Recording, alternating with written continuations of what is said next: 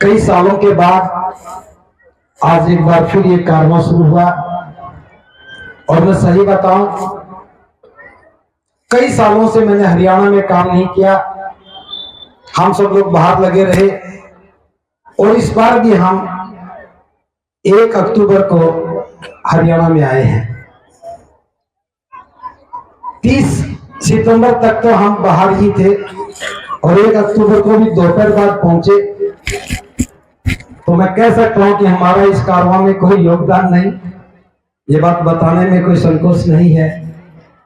धमभूमि पलवल की टीम, हरियाणा की टीम सबने मिलकर के तैयारी की। इसको संख्या में मत देखना, बहुत लंबे समय के बाद थोड़ी सी तैयारी में कार्यक्रम हुआ है, लेकिन हमारी व्यस्तता इसलिए ज्यादा है कि देश में विस्तार ज्यादा हो रहा है और हमें काम ज्यादा करना पड़ता है। हर जगह हम सोच रहे थे थोड़ा काम करें, लेकिन काम बड़ा हो जाता है।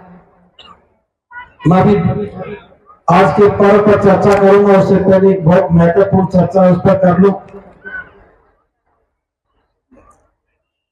बुद्ध विहार बनाने का हमारा कोई इरादा नहीं है, लेकिन न जाने क्यों जहां भी जाते हैं वो इरादा बन जाता है। पिछले वर्ष बिलासपुर में जब शिविर लगाया, 1000 लोगों ने शिविर लिया, 1500 लोग शिविर में थे। तो वही मन में आया कि हम अगला शिविर अपने बिहार पर लगाएंगे। बिलासपुर देखने लगे, फिर आगरा में आकर के देखने लगे, जयपुर में जमीन देखी और लगभग हम आगरा में जमीन तय कर चुके थे। लेकिन उसी समय अलीगढ़ के लोगों ने आकर के बताया कि हमने जमीन भी खरीद ली, 92 लाख रुपए की जमीन थी और जमीन वाले की वैसे तो वो 6 महीने का समय दे रहा था, लेकिन हमें लगा कि 6 महीने तक नहीं रुका जा सकता क्योंकि जमीनें मिलती नहीं है सही जगह पर। तो अलीगढ़ के 6 लोग सामने आए, वो सभी टीम के ही लोग थे और उन्होंने 1 सप्ताह में ही 92 लाख रुपया अपना निजी दे दिया और कहा कि पहले जमीन अपनी करो, उसके बाद सोचेंगे। तो अलीगढ़ के उन सभी धमभूमि के कार्यकर्ताओं को बहुत बहुत साधुवाद कि उन्होंने अपनी पूंजी दे करके उस जमीन को खरीदा। उसके बाद हमने लोगों से जमीन मांगना शुरू किया। जो बुद्ध अलंकार जी ने बात कही है,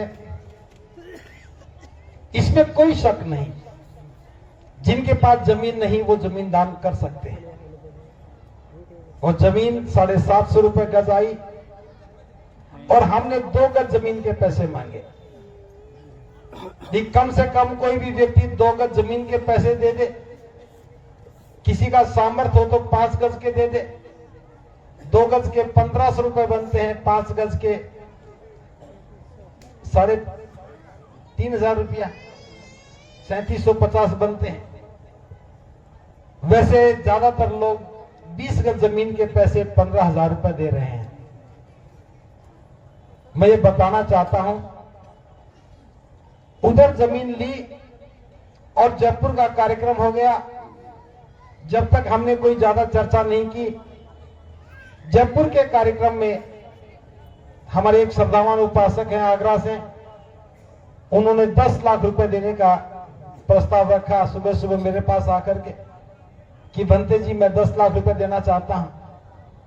और वो भी 10 लाख रुपए इसलिए दे रहे थे कि बिलासपुर में उन्होंने अपनी जमीन दान देने की इच्छा की थी कि मैं जमीन दान दे रहा हूं। जब मैं जमीन देखने के लिए गया तो मैंने कहा कि ये जमीन है तो अच्छी, लेकिन विहार बनाने के लायक नहीं है, क्योंकि कस्बा भी दूर था, गांव भी दूर था और हमारी भी अप्रोच में नहीं थी। तो मैंने मना कर दिया। उस जमीन की एवज में कहा कि तो मैं 10 लाख रुपए का दान दूंगा। उन्होंने 10 लाख रुपए की घोषणा की और 18 लाख रुपया हमारा वहीं इकट्ठा हो गया। पलवल में अलीगढ़ में आकर के बताया तो 7 लाख रुपया वहां आ गया, और हमने अभी तक मांगना शुरू नहीं किया कि 30 लाख रुपए तक हमारे पास इकट्ठा हो गया बिना पैसा मांगे। और आज मैं पहली बार मांग रहा हूं, जो भी श्रद्धावान उपासक अलीगढ़ में जो हमारा राष्ट्रीय केंद्र बनेगा, कार्यालय नहीं वो केंद्र बनेगा, जहां से धम्म का प्रशिक्षण होगा, पूरे देश में धम्म का विस्तार करने की योजनाएं वहां से चलेंगी। वहां भिक्षुओं का प्रशिक्षण भी होगा और ध्यान साधना केंद्र भी होगा। हम वहां 200 कमरे बनाने की योजना बना रहे हैं ताकि 200 लोग एक साथ वहां प्रशिक्षण में रह सकें। तो बहुत बड़ा ध्यान साधना केंद्र, बहुत बड़ा बुद्ध विहार और एक बहुत बड़ा सभागार वहां बनेगा, और वहां रुकने के लिए भी लोगों की अच्छी व्यवस्था बनाएंगे।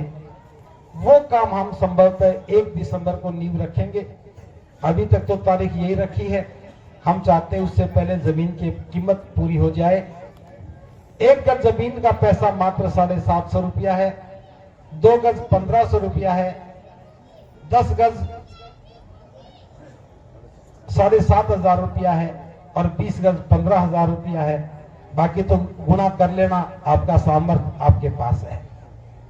लेकिन मैं चाहता हूं आप जहां से भी आए हैं, ये महत्वपूर्ण नहीं कि आप कितना दान कर रहे हैं, महत्वपूर्ण ये है उस जमीन दान में आपका भी हिस्सा होना चाहिए। भले ही कोई 1 गज जमीन का दान करे, वो भी हमारे लिए जमीन दाता है। जो 1000 गज का करेगा वो भी जमीन दाता है। तो ये सिलसिला चला। अभी हम वडोदरा में कार्यक्रम में गए थे, 10 दिन का श्रामणेर पवैया शिविर था। वहां पर हम भिक्षुणी दिवस मनाया। पहली बार मां प्रजापति गौतमी जो भिक्षुणी बनी थी 500 महिलाओं के साथ, जब रात्रि को वो मना रहे थे तो मैंने एक प्रस्ताव रखा कि बाबा साहब बड़ौदा में आए और हम जानते हैं कि बाबा साहब के सामान को बाहर फेंका। हम ये भी जानते हैं कि बाबा साहब को रहने की जगह नहीं मिली और 107 वर्ष हो गए। हम हर बार आकर के यही बात कहते हैं। ये कोई परंपरा नहीं है कि हर बार वही बात कहें। बाबा साहब का सामान जो बाहर फेंक रखा था, क्या उस सामान को उठा के रखना नहीं चाहिए? ठीक है, गुजरात के लोग क्षमा नहीं मांग रहे, गुजरात सरकार उस बात की क्षमा नहीं मांग रही, लेकिन बाबा साहब के अनुयायियों में सामर्थ्य होना चाहिए। हमें भी संकल्प विहार बनाना चाहिए। उसी रात वहां भी लगभग 15 लाख रुपए की घोषणा हो गई और 15 लाख में 2 लाख रुपया मेरे पास नगद आ चुका है।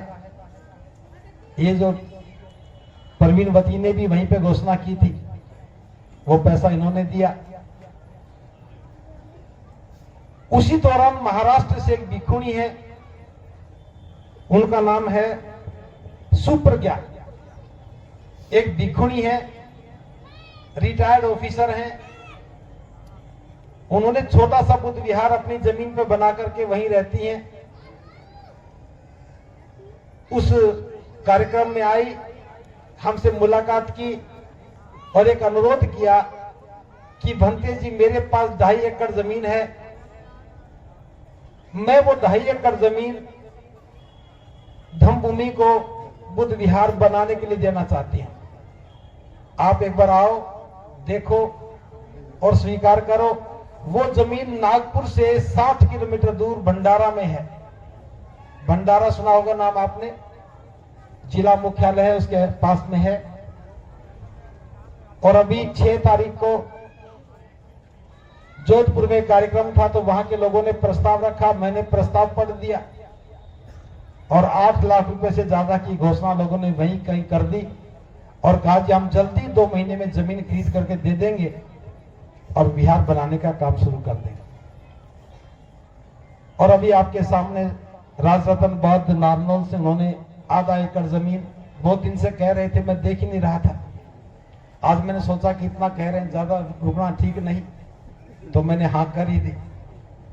अब नारनौल के लोगों की जिम्मेदारी है फटाफट उस विहार को बनाना शुरू करें। तो ये विहार बनाने की श्रृंखला चली है मैं आज के अवसर के बारे में थोड़ी देर बाद से बात करना चाहता हूं।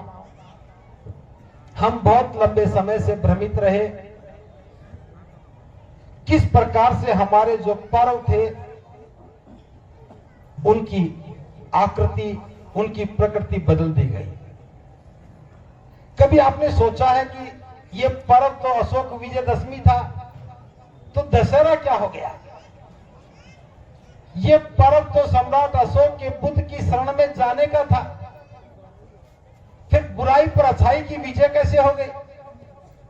तो मैं आपको बता देना चाहता हूं, हम लोगों को पढ़ने से इसलिए रोका गया था ताकि हमारी बुद्धि काम करना बंद कर दे।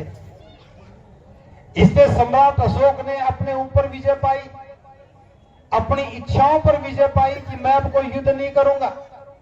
एक सम्राट था, युद्ध लड़ता था, जीत जाता था तो राज्य की सीमाएं बढ़ जाती थी। हर सम्राट के मन में इच्छा रहती कि मेरा राज्य और बड़ा हो जाए, और बड़ा हो जाए।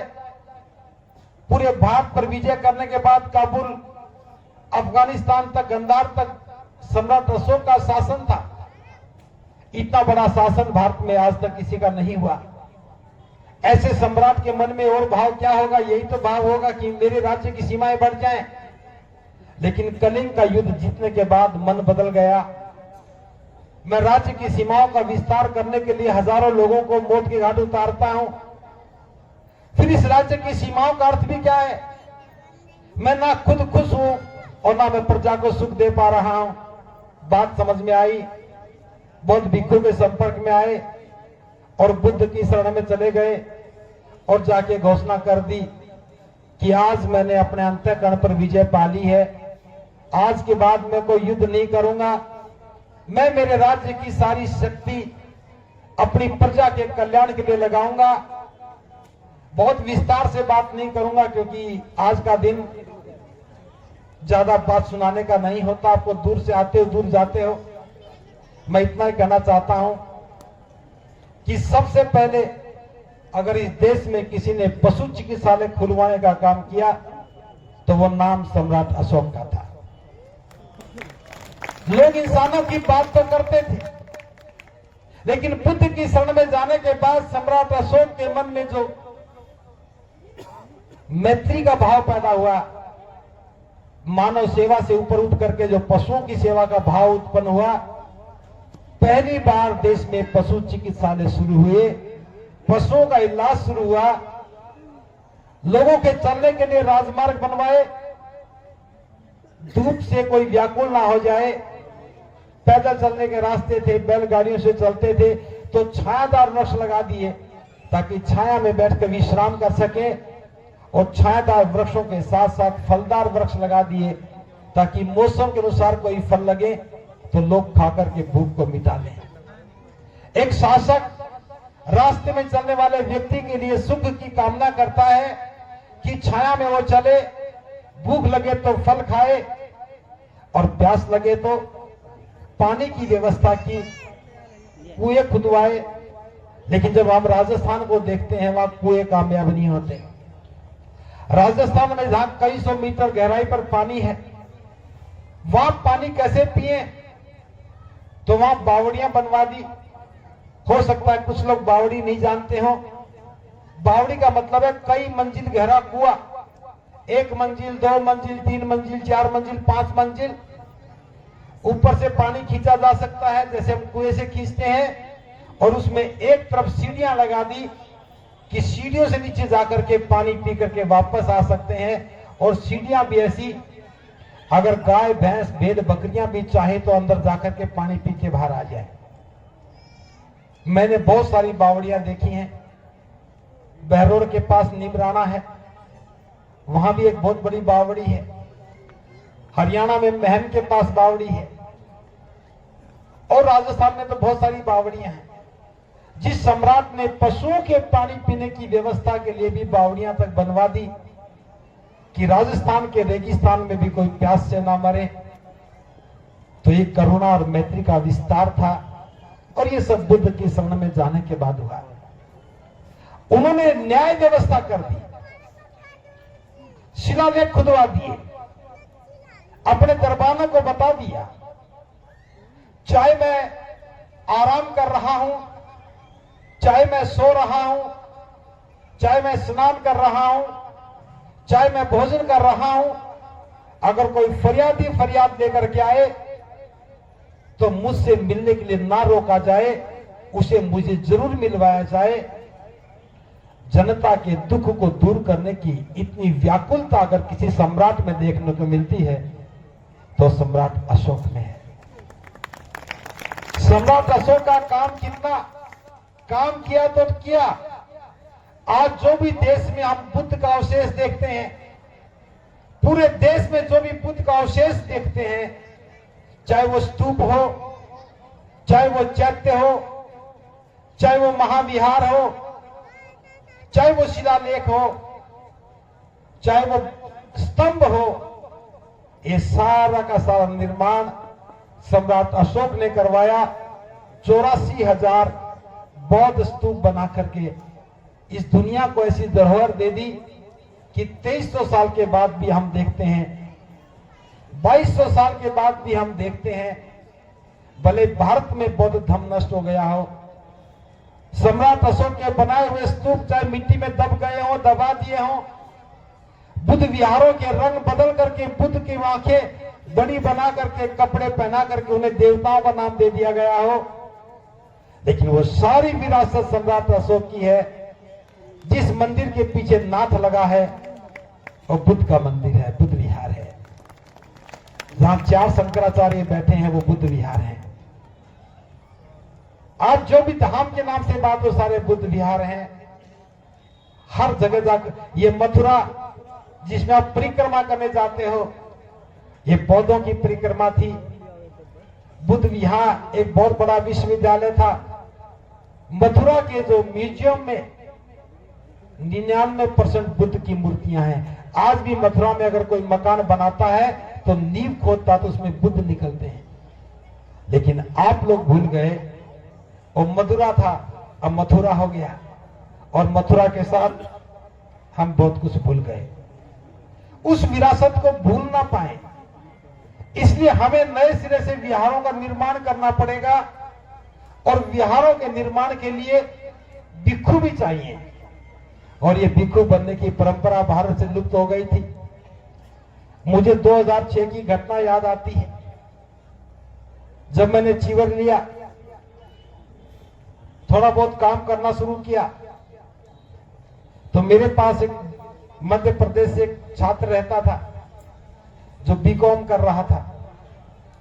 वो फेसबुक भी चलाता था, मेरी फेसबुक वही चलाता था। जब कुछ पोस्ट डालता था तो महाराष्ट्र से फोन आते थे, बंते जी आप कहां से हो?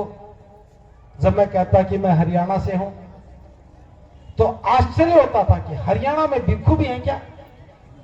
हरियाणा में बुद्ध विहार भी है क्या?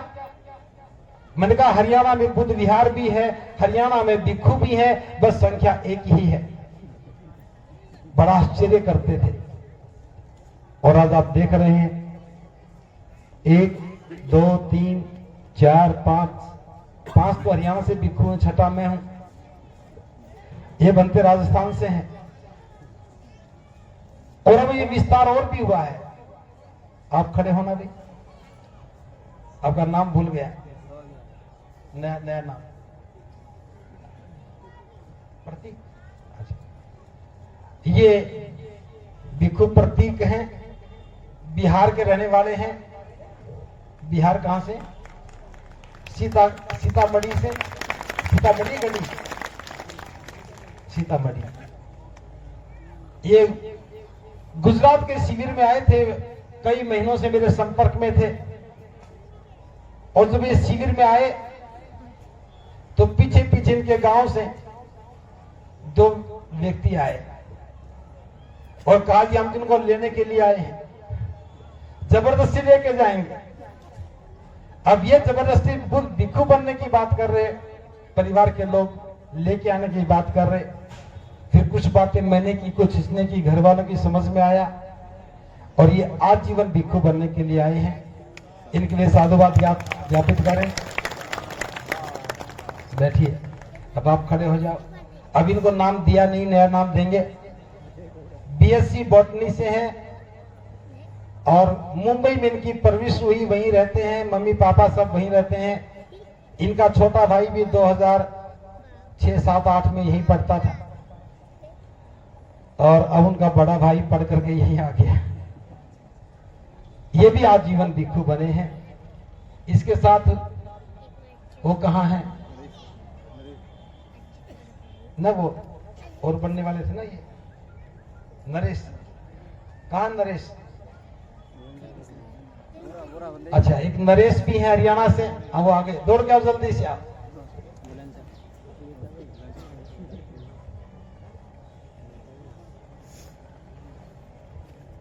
ये भी आजीवन भिक्षु बन रहे हैं। इनका थोड़ा सा काम रुका हुआ है, 1 जनवरी के बाद ये आजीवन भिक्षु बन जाएंगे। हरियाणा में निराना रोहतक से हैं और धमभूमि में ही रह रहे हैं लंबे समय से। धमभूमि में समर्पित है, थोड़ा सा कोई घरेलू काम था उसको निपटा करके, और ये भी आजीवन भिक्षु बनेंगे 1 जनवरी के बाद। बैठिए।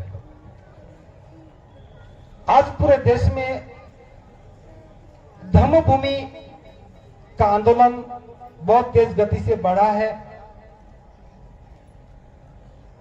पहले भी काम था, संगठन पहले भी थे, भिक्षु पहले भी बनते थे, अशोक विजयदशमी भी मनाई जाती रही होंगी, लेकिन धम्म का प्रचार प्रसार पहली बार देश में अगर हुआ है तो धम्मभूमि के द्वारा हुआ है। हमारा एक मकसद है, हम देश को एक कल्चर देना चाहते हैं, देश को एक व्यवस्था देना चाहते हैं। हम मूल रूप से सांस्कृतिक आंदोलन चला रहे हैं कि हम पर्व से, परंपराओं से बौद्ध बने और बौद्ध बन करके अपना जीवन का कल्याण करें। बौद्ध बनने का मतलब किसी को चिढ़ाना नहीं है, बौद्ध बनने का मतलब अपनी संख्या बढ़ाना नहीं है। बौद्ध बनने का मतलब है अपने जीवन को श्रेष्ठ बनाना है। जब हम सम्राट अशोक की बात करते हैं तो वहां श्रेष्ठता का भाव है, करुणा मैत्री का भाव है। जब हम बाबा साहब की बात करते हैं तो वो भी श्रेष्ठता का भाव है, करुणा मैत्री का भाव है, लोगों का कल्याण करने का भाव है। तो ये आंदोलन व्यक्ति के, समाज के कल्याण के लिए है। आपको भी इसमें भागीदार बनना चाहिए। और यह आंदोलन केवल हरियाणा या उत्तरी भारत में नहीं, पूरे देश के 22 राज्यों में चल रहा है और यह आंदोलन अब और गति से चलना चाहिए। मैं 2-3 बात आपसे विशेष रूप से कर रहा हूं, थोड़ा सोचना भी शुरू करो। जो लोग दशहरा मनाते हैं, आप लोग मनाते रहे हैं, मैं मनाने नहीं मनाने की बात नहीं कर रहा हूं, मैं तो आपके मन में एक छोटा सा प्रश्न पैदा करना चाहता हूं। एक कागज का पुतला बना करके उसमें आतिशबाजी लगा करके और जलती हुई आग का तीर चला करके उसको जलाते हैं और खुश होते हैं। कहानी कुछ भी है, एक राजा ने दूसरे राजा को मारा। मैं पूछना चाहता हूं, क्या किसी को मारना कोई त्योहार या उत्सव हो सकता है? फिर किसी राजा ने किसी राजा को मार दिया, युद्ध में मार दिया, क्या युद्ध में किसी को मारना कोई उत्सव हो सकता है? फिर राजा ने राजा को मारा, आज प्रजा राजा को मार रही है। अगर ये समाज में होने लगा, लंबे समय तक होने लगा, तो समाज का स्वरूप, समाज का चरित्र अराजकता का हो जाएगा। क्योंकि ये आदर्श नहीं हो सकता कि एक व्यक्ति को अपराध करे और समाज उसको मारे, आतिशबाजी लगा करके खुश हो जाए। क्या किसी की मौत को उत्सव के रूप में देखा जा सकता है? होली का जलाते हैं तो भी खुश होते हैं, महिलाएं गीत गाती हैं, रावण को फूंकते हैं तो भी लोग खुश होते हैं, मेला लगाते हैं। लोग कहते हैं कि ये बुराई पर अच्छाई की विजय है। ये मानता हूं, ये हो सकता है कि एक बुरा व्यक्ति मरा हो, एक बुरे व्यक्ति को मारा हो, लेकिन बुराई मर गई हो, इसका कोई प्रमाण है क्या? आप बुराई के नाम पर व्यक्ति को मारते हो, कागज के पुतले को मारते हो, ये उत्सव नहीं हो सकता। ये महाकारुणिक बुद्ध की जो परंपरा थी, सम्राट अशोक के धम्म में जाने की जो परंपरा थी, बौद्ध बनकर के जो लोगों के कल्याण करने की परंपरा थी, उस परंपरा को दशहरा नाम देकर के बदलने की चेष्टा की गई और हम बिना सोचे समझे उसमें जाते रहे। तो मैं तो सभी बौद्ध लोगों से कहना चाहूंगा, बाबा साहब के अनुयायियों से कहना चाहूंगा, हमें सम्राट अशोक के द्वारा स्थापित महान परंपरा को, जो हमारा उत्सव है अशोक विजयदशमी, इसी पर्व को मनाना चाहिए और वो धम्म का कारवां लगातार चलना चाहिए। आज मेरे मन में एक ख्याल आ रहा था कि ये कारवां पलवल में ही क्यों हो। अशोक विजयदशमी को ये कारवां पलवल में होना चाहिए, ये बात तो ठीक है, लेकिन बाकी हरियाणा सिर्फ यहीं आने के लिए है क्या? बाकी हरियाणा के लोग भी सोचें, अपनी तारीख तय करें। हम चाहते हैं कि हरियाणा में भी 2-3 कारवां होने चाहिए। और नारनौल के लोग जो बुद्ध विहार के निर्माण की बात कर रहे थे, आप कोई भी तारीख तय करो, हम नारनौल से धम्म कारवां लेके वहीं जाएंगे, नारनौल से धम्म कारवां लेके जाएंगे, वहीं नींव रख के आएंगे, ताकि नारनौल में भी पता लगे कि धम्म कारवां शुरू हो गया। और अच्छी बात तो यह है, जिन्होंने जमीन दान दी है उनका घर भी राजमार्ग पर ही रास्ते में आता है, तो एक चाय पानी वहां भी पिएंगे। नारनौल से शुरू करेंगे और जहां जमीन दी है उस जमीन तक जाएंगे, तो तारीख ये तय कर लेंगे। और एक हम चाहते हैं कि एक कारवां हिसार साइड में होना चाहिए और एक कारवां कुरुक्षेत्र या अंबाला में होना चाहिए। कैथल के लोग चाहे तो कर सकते हैं, कैथल के लोग आए हुए हैं, पानीपत के लोग भी कर सकते हैं। कभी ये सोचे पानीपत के लोग ज्यादा काम करते हैं, भंते जी ने हमारा नाम नहीं लिया। ये खुली बात है, कोई भी चाहे तो एक कारवां की तारीख वहां चुने। हरियाणा में भी हम कम से कम 3-4 कारवां स्थापित करना चाहते हैं। और एक जो मेरे मन में इच्छा है मैं बताना चाहता हूं, हम 2 कारवां और शुरू करेंगे। एक कारवां बोध गया में शुरू करेंगे, जहां से बुद्ध का धम्म विस्तार पाने लगा, जहां सिद्धार्थ बुद्ध बने। आज वो बुद्ध विहार हमारे कब्जे में नहीं है, आज वो बुद्ध विहार उन लोगों के कब्जे में है जो कभी बौद्ध ही नहीं बने। बौद्ध विहार की मुक्ति का आंदोलन आगे नहीं बढ़ पाया क्योंकि वहां पर कभी भीड़ नहीं छूटी। तो मैं सोच रहा हूं एक कारवां हम बौद्ध गया के लिए भी शुरू करें। आप में कौन कौन तैयार है बौद्ध गया जाने के लिए? हम बिल्कुल 5 महीने की तैयारी के साथ वो कारवां शुरू करेंगे। और दूसरा, 1000 लोगों को चीवर पहनाने का कार्यक्रम हम मुंबई में करेंगे। मुंबई में करेंगे। अभी दिसंबर में करने की योजना बना रहा था, लेकिन रेल में कोई टिकट नहीं है। किसी भी रेल में कोई टिकट नहीं है, तो बिना टिकट के कौन जाएगा? हालांकि वहां टेंट लगाने वाले भी लोग मिल गए और खाना देने वाले लोग भी मिल गए। चीवर हमारे पास है, पात्र हमारे पास है, गद्दे हमारे पास है, चद्दर हमारे पास है, खाना बनाने वाले भी हमारे पास है। सारा काम था, बस रेल में टिकट नहीं बनी। लेकिन मैं कोशिश कर रहा हूं, जल्दी जाकर के मुंबई के लोगों से बात करूंगा। जब यहां जनवरी में ज्यादा ठंड रहती है तो मुंबई में ठंड नहीं रहती है, इसलिए कोशिश करेंगे कि जनवरी के महीने में एक धम्म सामने पहुंचा शिविर मुंबई में लगाएं। तो आगामी इन 2 कार्यक्रमों के लिए आप तैयार रहो। और एक अपील भी कर रहा हूं, पहले तो अलीगढ़ की जमीन के लिए मैंने अपील कर ली है, आपने मन बना लिया होगा, डायरी में लिख लो, जब चाहो फोन करके बता देना, और जो सहयोग करना चाहो कर देना। बुद्ध अलंकार जी इस काम को देख रहे हैं। लेकिन गुजरात में जो संकल्प विहार बनेगा, 1 गज जमीन के लिए मैं उसके लिए भी आपसे कहूंगा, 1 गज नहीं दे सको तो 1 वर्ग फुट देना, क्योंकि वो थोड़ा महंगा है। वहां जमीन बहुत ज्यादा महंगी है, वहां गजों में नहीं, वहां फुटों में जमीन मिलती है। तो भी हमारा प्रयास है कि वहां 5 एकड़ जमीन में हम बनाए। बहुत महंगा है, 8 करोड़ की जमीन बन रही है। तो उस जमीन के लिए भी पूरे देश से हमें सहयोग जुटाना पड़ेगा। और एक हम तैयारी कर रहे हैं कि बोध गया में भी भारतीयों का एक बहुत बड़ा विहार होना चाहिए। तो बोध गया में भी हमने तैयारियां शुरू कर ली हैं, लेकिन बोध बिहार में हमारे पास ज्यादा लोग जुड़ नहीं पाए हैं। जब वो लोग थोड़े जुड़ेंगे तो हम वहां की सोचेंगे। तो ये आगामी योजना मैंने बता दी।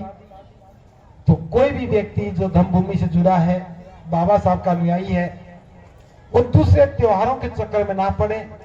स्पष्ट रूप से हमें बौद्ध बनकर के बौद्ध उत्सव मनाना चाहिए, बौद्ध परंपराओं को मनाना चाहिए। और ये आंदोलन चला है। आप हर रोज अपने घर में सुबह शाम सामूहिक वंदना करें और रविवार का दिन सामूहिक वंदना करें। ये काम बहुत जरूरी है ताकि आपको प्रतिपल रहे कि मैं बौद्ध हूं, बौद्ध मेरा धर्म है।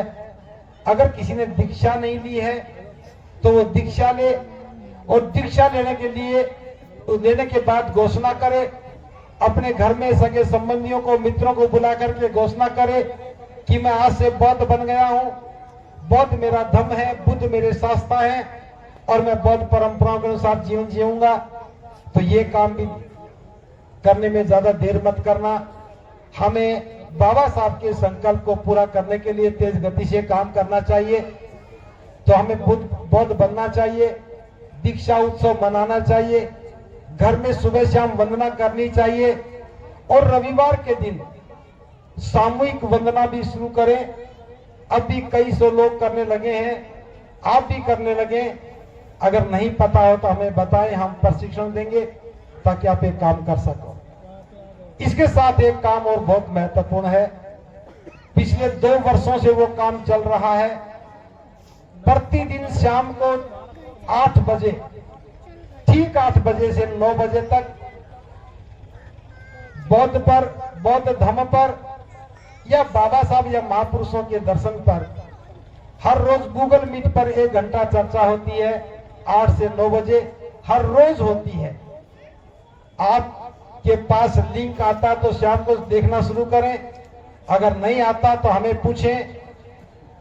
पूरे हरियाणा में जो धम्मभूमि के कार्यकर्ता कहीं से संपर्क कर लें या हमसे संपर्क कर लें ताकि आप गूगल मीट से जुड़ जाएं और हर रोज अपने घर में बैठ करके मोबाइल पर गूगल मीट चर्चा जरूर सुने। इस समय 300 से 500 लोग जुड़ते हैं, संख्या इससे ज्यादा, लेकिन हर रोज लोग नहीं जुड़ते हैं, लेकिन 300 से ज्यादा लोग हमेशा बने रहते हैं। आप लोग भी जुड़िए, हम चाहते हैं कि संख्या और ज्यादा बड़ी होनी चाहिए। तो मैंने कुछ काम आपको करने के लिए कहे हैं जो आपको करना है। कुछ काम जमीन खरीदने के लिए कहा है, उसमें सहयोग करना है। और एक काम जो मैंने कहा है, हम कारवां शुरू करेंगे, हरियाणा में भी ज्यादा कारवां शुरू करेंगे, राजस्थान उत्तर प्रदेश में भी शुरू करेंगे। जोधपुर में जहां विहार बनेगा, हम जोधपुर से उस विहार तक कारवां निकालेंगे, उसकी तैयारियां शुरू हो गई हैं। और संकल्प विहार जो बनेगा, वहां संकल्प विहार से संकल्प भूमि तक कारवां निकालेंगे, ये हमारी तैयारी है। तो आप लोग बहुत दूर दूर से आए हैं, मैं ज्यादा बात नहीं करूंगा, गर्मी का समय भी है और आप 6-7 किलोमीटर पैदल भी चले हैं, तो आपके लिए बहुत बहुत साधुवाद। अगली बार धर्म कारवां पूरी तैयारी के साथ करेंगे, बड़ी शिद्दत के साथ करेंगे। इस बार महिलाओं की भागीदारी काफी अच्छी रही है और सबसे ज्यादा आनंद तो उपासिकाओं ने लिया है। इन्होंने बहुत अनुशासन के साथ उस कारवां में भागीदारी दी है। अगली बार के कारवां की तैयारी आज से शुरू कर दो। और किसी के मन में आ रहा हो भिक्षु बनना है, किसी के मन में आ रहा हो कि बच्चे को बनाना है, कोई हमेशा के लिए नहीं बनना चाहे, 2 महीने के लिए, 3 महीने के लिए भी बनना चाहे, तो यहाँ पूरी व्यवस्था हमने कर ली है। आप यहाँ आ सकते हैं, रह सकते हैं, खाने पीने की सभी व्यवस्थाएं यहाँ पर हैं। ये काम लगातार चलता रहे, इसलिए अपने घर में एक दान पात्र भी रख लो और एक मुट्ठी आटा भी निकालना शुरू करो। ताकि ये व्यवस्था बनी रह जाए। आप देखते हैं कि धम्मभूमि के हर कार्यक्रम में हम सब लोगों के लिए खाने की व्यवस्था करते हैं। और मुझे लगता है विवाह शादी में बस रसगुल्ले और होते हैं और दही बल्ले हो जाते हैं, बाकी तो ये खाना होता है। अगर चाहोगे तो वो भी बना देंगे। रसगुल्ले में दही बल्ले में ज्यादा कुछ नहीं लगता। आपकी जैसी इच्छा हो वैसा खाना बनाओ, वैसा खाओ, लेकिन उसके लिए आपको एक मुट्ठी आटा निकालना ही होगा। घर में हर रोज थोड़ा थोड़ा श्रमदान करके धम्मभूमि पहुंचाना होगा, ताकि ये व्यवस्था लगातार बनी रहे, क्योंकि दान पारमिता से व्यवस्थाएं खड़ी हो जाती हैं।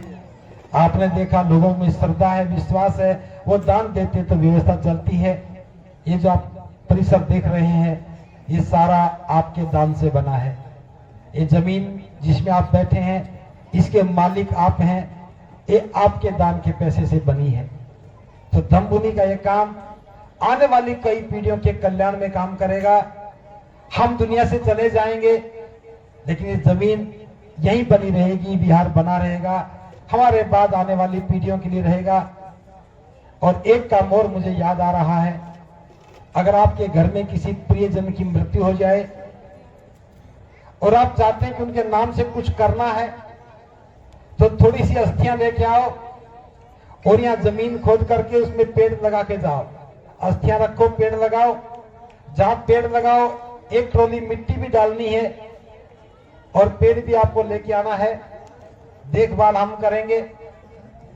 छाया से काम चल जाए तो इतना ही बहुत है, और छाया से काम ना चले तो एक कमरा भी बनवा जाओ।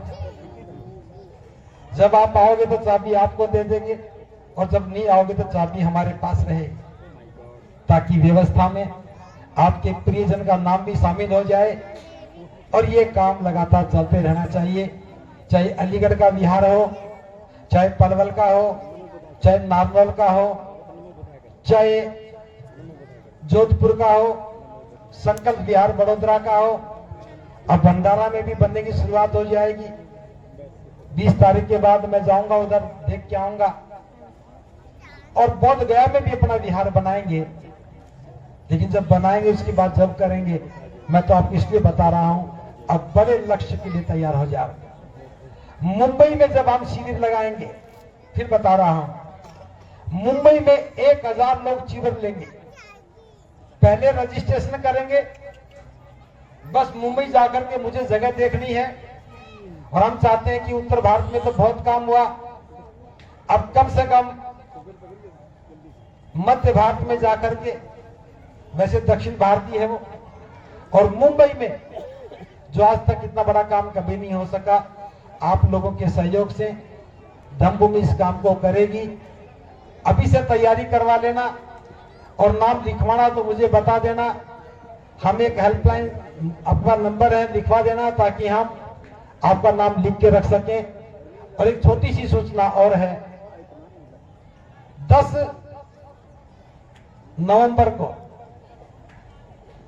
जो भी पौध हैं उनके लिए कार्यक्रम है। गौतम बुद्ध विश्वविद्यालय का नाम सुना है? दिल्ली के साथ ही ग्रेटर नोएडा में है। जो ताज एक्सप्रेसवे बना है, यमुना एक्सप्रेसवे के नाम से, उसके साथ में ही है। वहां गौतम बुद्ध यूनिवर्सिटी के ऑडिटोरियम में बौद्ध समाज के निर्माण की घोषणा की जाएगी। उसकी रजिस्ट्रेशन शुरू हो चुकी है। 500 रुपया शुल्क देकर के आप अपना नाम लिखवा सकते हो। कंडीशन ये कि आपको सफेद सफारी में आना है। अभी सफारी सिलवा लो। किसी के पास सफारी नहीं हो तो सफेद कपड़ों में आ सकता है, लेकिन वो संख्या बहुत कम होगी। एक दिन का कार्यक्रम है, बहुत सुंदर कार्यक्रम है। और उसी दिन जो हमने बौद्धों की आचार संहिता बनाई है, उसका विमोचन करेंगे और घोषणा करेंगे कि भारत के बौद्ध इस आचार संहिता के अनुसार अपना जीवन यापन करेंगे। भारत के इतिहास में बुद्ध के बाद ये पहली बार हो रहा है कि हम बौद्धों को एक तहजीब के साथ एक अनुशासन दे रहे हैं, ताकि पूरे देश के बौद्ध एक रूपता में धम्म का काम शुरू करें। तो 10 नवंबर के कार्यक्रम के लिए आप रजिस्ट्रेशन करवा सकते हैं। उसके लिए हमने एक फॉर्म जारी कर रखा ऑनलाइन। आप किसी भी धम्मभूमि के कार्यकर्ता से वो नाम मांग सकते हैं अपना, लेकिन उसमें वही आए जो धम्मभूमि के साथ काम करे, बौद्ध समाज के निर्माण में सहयोग करे और अपने क्षेत्र में लोगों को समझाने के लिए काम करे। क्योंकि हम उस कार्यक्रम में भीड़ इकट्ठी नहीं कर रहे, जो लोग काम करना चाहते हैं पूरे देश के लोग उनको बुला रहे हैं। उनकी संख्या मात्र 3-3.5 हजार लोग होगी। तो आप चाहें तो समय कम है, आप अपना रजिस्ट्रेशन करवा सकते हैं। उस कार्यक्रम की घोषणा मैंने आपको कर दी है। इन्हीं शब्दों के साथ मैं अपनी बात को विराम दे रहा हूं। आप लोगों ने मेरी बात को ध्यान से सुना। आइए आइए आइए। संकल्प बुद्ध विहार जो बड़ोदरा में बन रहा है, ये राजेंद्र बौद्ध जी हैं पलवल से, 20,000 रुपए का योगदान दे रहे हैं। जम्मू करो, बहुत बहुत साधुवाद, बहुत बहुत साधुवाद आपकी इस दान पारमिता के लिए। और 20 गज जमीन का दान इन्होंने अलीगढ़ वाली जमीन के लिए भी दिया है। और इस धम्मभूमि जो पहली बुद्ध की मूर्ति लगी थी वो भी इन्होंने दान की थी, ये सामने लगी हुई है। और जो पीछे खड़ी हुई मूर्ति है ये भी इनके परिवार ने मिलकर के दान में दी थी। तो इनके लिए बहुत बहुत साधुवाद। आइए आइए, आप ये खड़े हो जाओ, प्रोडक्ट ले खड़े हो जाओ। ये सत्यवीर बौद्ध जी हैं, अमित बौद्ध जी हैं, आपका नाम नहीं जानता है जी, शेर सिंह आप, ये रेणु बौद्ध आप जी, उषा बौद्ध, इन सब ने मिलकर के प्रबुद्ध नाम से मसालों का कारोबार शुरू किया है। दाल, चावल, हल्दी, मिर्च, ये चावल है, ये हल्दी है, पकड़ लो। और आज ये इसका मंगलारंभ कर रहे हैं। पलवल के पास इनका गांव है, खांबी गांव है, सिया गांव है। ये सतवीर बौद्ध है, बौद्ध धर्म का काम भी बड़ी तेजी से कर रहे हैं। बुद्धिस्ट सोसाइटी ऑफ इंडिया के प्रदेश अध्यक्ष हैं। तो ये सारी टीम मिलकर काम कर रही है। हम इनके कार्यक्रम के लिए मंगलारंभ करते हैं, इनको बहुत बहुत साधुवाद ज्ञापित करते हैं। आप भी बोलो साधु साधु साधु। जो भी कारोबार करना चाहे, बेचना चाहे, इनसे खरीद सकता, मंगवा सकता है। और आज जो सामान लेके आए हैं ये सारा खरीद कर ले जाना है। जिनको जरूरत नहीं वो भी खरीद ले जाना, अगले महीने काम आ जाएगा। लेकिन ये यहाँ सारा बेच के जाए, अच्छी बात है। ठीक है जी, बहुत बहुत साधुवाद, मंगल कामनाएं आपके लिए। ये धम्मभूमि के लिए दे रहे हैं। इनकी हम कोई कीमत नहीं देंगे, लेकिन इसके बाद तो जो खरीद देंगे उनकी कीमत देंगे। बहुत बहुत साधुवाद इस दान पारमिता के लिए, मंगल हो। ये मणि कुमार जी हैं, नाम भूल गए थे, केर सिंह, खोलो मैं हाथ लगा दूंगा। ये केर सिंह है, तिगांव फरीदाबाद से हैं। और ये हर्ष है, मणि कुमार जी के सुपुत्र। इन्होंने एक कंपनी शुरू की है, थोड़ा और ऊपर कर लो। ये दवाइयां हैं, ये क्या है, ये एनर्जी बूस्टर है, जो थके हारे लोग हैं वो पी सकते हैं। ये जो घुटनों में दर्द रहता है, मांसपेशियों में दर्द रहता है, उसके लिए है। ये कब्ज के लिए है, ये डाइजेशन के लिए है, ये पाइल्स वगैरह के लिए दवाइयां है। ये पथरी है, आपके गुर्दे में पथरी हो, कहीं भी हो। और ये सिरप भी जोड़ों में दर्द के लिए है। और ये शिलाजीत के लिए है, हाँ जी शिलाजीत है। तो ये मणि कुमार जी, इनकी टीम ने ये काम किया है। हम आज इसकी ओपनिंग करते हैं, इनके लिए भी साधुवाद ज्ञापित करें। बोलो साधु साधु साधु। इस कंपनी का नाम जीवक है। और जीवक कौन थे मालूम है? सम्राट महाकारुणिक बुद्ध के निजी चिकित्सक थे। जीवक चिकित्सक थे। बुद्ध की चिकित्सा जीवक ने की। जीवक भिक्षु बनना चाहता था, लेकिन बुद्ध ने मना कर दिया कि तुम्हें भिक्षु नहीं बनना। अगर भिक्षु बनोगे तो बहुत सारे लोग इलाज के लिए भिक्षु बनने लगेंगे, लेकिन वो जीवन पर्यंत बुद्ध को उपचार करते रहे उनका। और उन्होंने अपना आम्र वन भी बुद्ध को दान में दे दिया था, आम का बाग। तो ये जीवक का नाम से एक शुरू किया। बहुत बहुत साधुवाद, मंगल कामनाएं। इन्हीं शब्दों के साथ मैं बहुत बहुत साधुवाद ज्ञापित करता हूं आप सबके लिए। सबका मंगल।